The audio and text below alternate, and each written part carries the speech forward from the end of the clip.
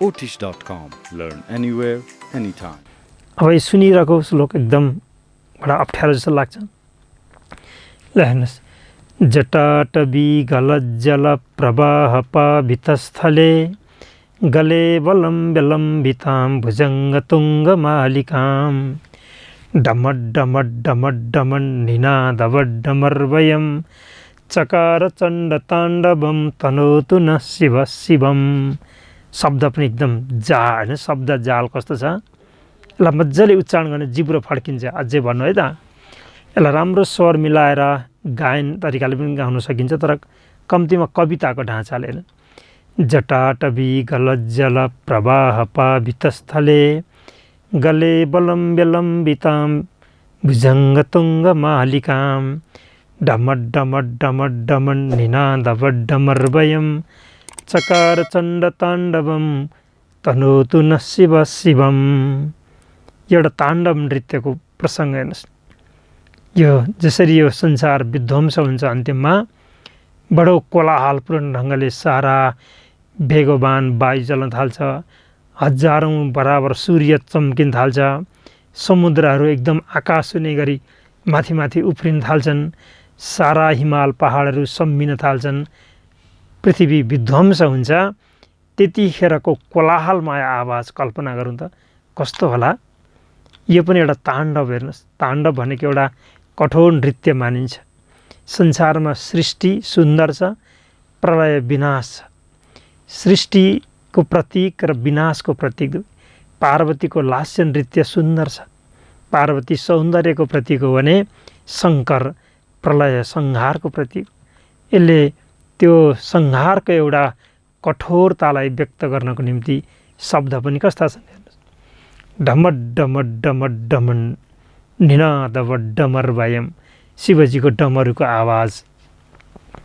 अब एक किसिमको छन्द भयो। अब अर्को किसिमको छन्द हेर्नुहोस्। सही गगन बिहारी कल्मषध्वंसकारी दश शतकरधारी ज्योतिषां मध्यचारी विधुरपि विधियोगात् ग्रस्यते राहुणासौ लिखितमपि ललाटे प्रोज्झितुं कः समर्थः। लामो खालको श्लोक हेर्नुहोस् त। सही गगन बिहारी, अझ लामो पनि पढ्न सकिन्छ। कसैलाई एकदम तानेर सङ्गीत दिने मान्छेले अत्यन्तै लामो। सही गगन बिहारी कल्मषध्वंसकारी दश शतकरधारी ज्योतिषां मध्यचारी। यसरी पढ्छन्, तर तपाईँलाई यसरी पढ्नु जरुरी छैन।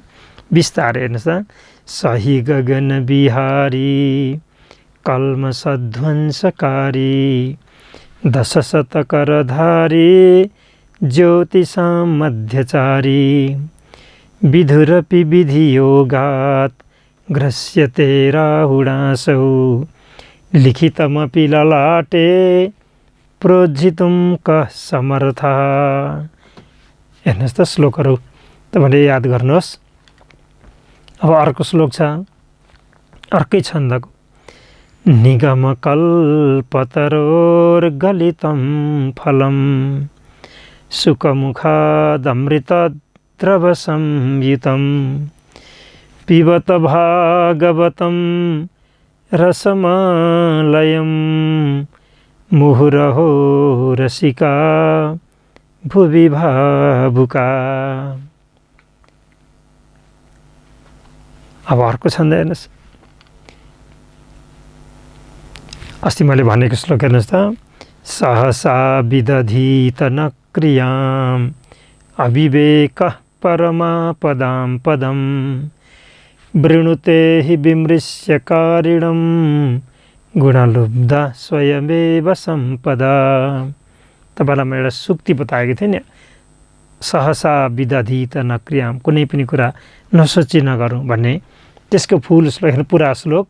सहसा विदधीत न क्रियाम् अविवेकः परमापदां पदं वृणुते हि विमृश्य कारिणं गुणलुब्धा स्वयमेव सम्पदा इति मति रूपक। अर्को छन्द हेर्नुहोस् त, इति मति रूपकल्पिता वितृष्णा भगवती सात्वत पुङ्गवे विभूम्नि स्वसुखमुपगते क्वचिद् विहर्तुं प्रकृतिमुपेयुषि यद्भव प्रवाह।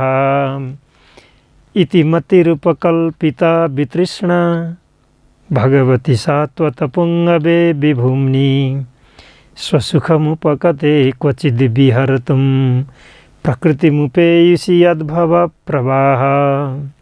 महाभारतमा भीष्मले कृष्णलाई स्तुति गरेको श्लोक, यो चाहिँ भागवतको श्लोक हो। त्यो महाभारतको युद्धको बेलामा जब सरसैयामा भीष्म पितामह बस्नुभयो अनि भगवान् श्रीकृष्ण उहाँलाई भेट्न जाँदाखेरि भनेको श्लोक, इति मति रूपकल्पिता वितृष्णा भगवती सात्वत पुङ्गवे विभूम्नि स्वसुखमुपगते क्वचिद् विहर्तुं प्रकृतिमुपेयुषि यद्भव प्रवाह। अब तपाईँहरूले यी श्लोकलाई मैले दोहोऱ्याइदिनुहोस्, पटक पटक मजाले पढ्नुहोस्। कति 16वटा श्लोक हेर्नुहोस् त, 15वटा तपाईँहरूले सुक्ति याद गर्नुभयो, 16वटा श्लोकहरू अब याद हुन्छ तपाईँहरूलाई। यति एउटा सानो प्रारम्भिक कक्षामा आदि पढ्दाखेरि तपाईँहरूले 15-16वटा कक्षा पढ्दाखेरि यति पढिसक्नुभयो। अब यसलाई एउटा कपीमा नोट गरेर राख्नुभयो र सधैँ बिहान बिहान पाठ गर्ने गर्नुभयो भने अति धेरै लाभदायक हुन्छ।